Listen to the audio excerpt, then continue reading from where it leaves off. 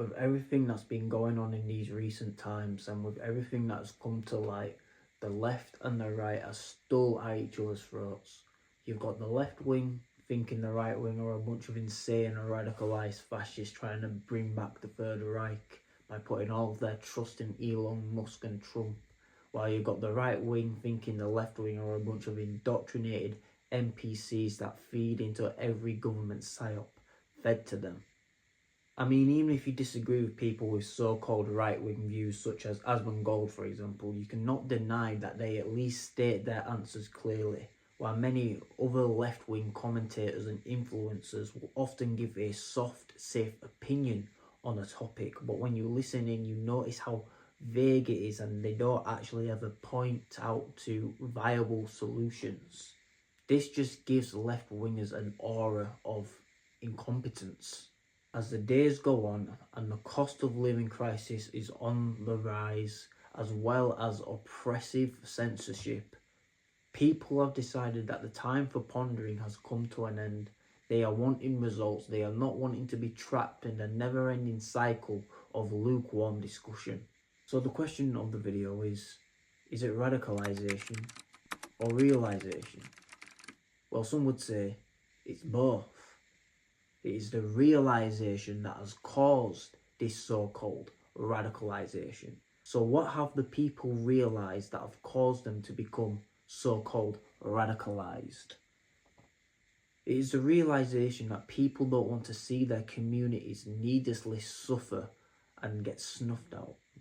Housing becoming unaffordable, prices being raised on everything, entire industries being wiped out, and a further strain of everything, all while this illegal immigration puts strain further on already overgrown problems. All while they distract us with woke liberal propaganda bullshit, trying to weaponize our empathy and sympathy against us, trying to convince us that self-care and self-preservation is radical and unnatural. The men and women downtrodden have realised that the cards have been continuously stacked up against them. So what is one meant to do in this leeching capitalistic society other than seek and stack their own deck? These people are operating off basic instinctual survival. We are losing our communities due to us going through decades of slashing the nation state, cutting over $500 billion of planned public spending, cutting many of our local councils' budgets, leading to less investment in local areas. Police forces' budgets have been cut, meaning that they have less of an ability to go after the real criminals. Mix that in with the woke two-tier oppressive policies that install fear into our officers to be complicit in the betrayal of their people. Also that they don't get called racist, leading them to go off to capture low-hanging, non-illegal fruit, such as arresting mothers for Facebook posts. Again, the government administrations are stripping the police to tackle actual crime and are forcing them down this oppressive path, instilling the power to strip the human rights away from the native citizens of this country. Keir Starmer, you have used the police to lock up citizens for using their freedom of speech and rightly expressing their concerns, all while turning a blind eye and purposefully blocking inquiries to grooming gangs and illegal immigration. Also that your dirty laundry isn't aired. Well, it's too late for that. Worsening economic conditions, staggering drops in the standard of living, nonsensical financial political goals that do not even tackle the roots of the problem. Never mind the root of the problem, they do not even tackle the symptoms. We are tired of this constant betrayal. And then to demand us not to look in anger and try to get us to ignore grooming gangs, illegal immigration, political corruption, and the cleansing of an entire people. But hey, as long as we've got Diversity and Pride Month with a bit of digital ID, what more do we need? Joke. The 2008 bank bailout was one of the most devastating blows to the purchasing power of the working people. The banks once again proved that they were untrustworthy in handling our finances, and not a single bank or investor was punished for crashing the market. Then to add salt in the wound, it was the taxpayers' money who had to bail them out in the first place.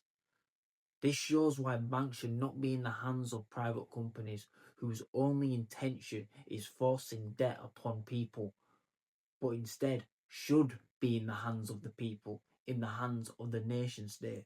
But they didn't stop there, because their next testing ground was the COVID pandemic to further strike at the purchasing power of the people, seeing how much they could squeeze and how much they could get people to comply with their orders. It was the majority of people going along with COVID that made them think they could get away with implementing like digital ID once and for all. Looking at the free market, we see that certain assets under this model is devastatingly detrimental to the people.